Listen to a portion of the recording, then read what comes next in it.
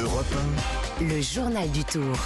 Bonjour Axel May. Bonjour. La Belgique a un nouveau roi, il s'appelle Philipsen. Oui, on pourrait même le surnommer Philipsen 4, comme le nombre de ses succès d'étapes depuis le début de ce tour. Un Belge avec 4 victoires sur une édition de la Grande Boucle. La performance n'avait plus été réalisée depuis 25 ans et les exploits à l'époque d'un certain Tom Steels. Hier, à Moulins, le sprinter flamand Jasper Philipsen a devancé une fois de plus ses concurrents, dont le Français Bryan Coquard. C'est bête à dire, mais quand tu commences à gagner une fois, 2 fois, en tout cas j'imagine, j'ai jamais fait sur le tour, mais quand tu commences à gagner, déjà les adversaires se battent pour venir dans ta roue. Et du coup déjà tu arrives déjà beaucoup plus frais au moment du sprint, et après il est fort, il va vite, du coup pour le positionnement c'est sûr que c'est encore plus facile, et voilà. Les secrets de Philipsen vus par Bryan Coquard, 4e de l'étape hier. La certitude du jour.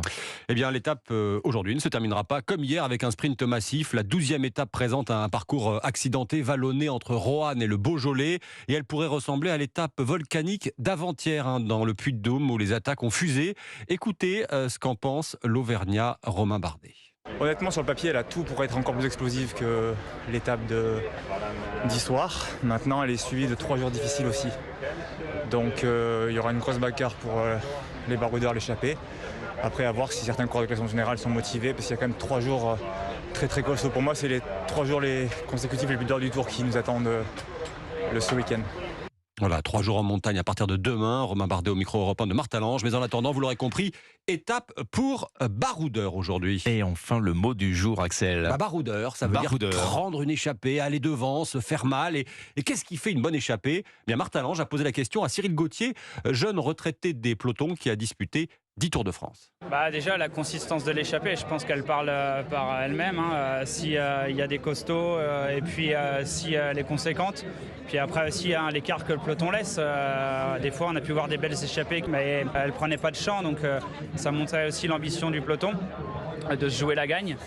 Donc voilà, des petites choses comme ça. Et puis forcément, les jambes du jour. Voilà, Cyril Gauthier, retraité de la Petite Reine. Et dans l'histoire moderne du cyclisme, l'échappée en solitaire, je précise, victorieuse la plus longue, date de 1981. Le Normand Thierry Marry avait parcouru 234 km tout seul devant. Alors comme aujourd'hui les étapes ont tendance à faire moins de 200 km, ça sera difficile d'égaler, de battre cette performance. Et puis je vous signale, on arrive donc dans les monts du Beaujolais. Est-ce que vous savez comment on dit vignoble en danois ? Je n'en ai aucune idée. Eh bien, comme le nom du maillot jaune, Jonas Vingegaard. Vingegaard, ça veut dire vignoble en danois. Voilà, vous avez appris un mot de danois aujourd'hui. C'est un signe du destin pour lui.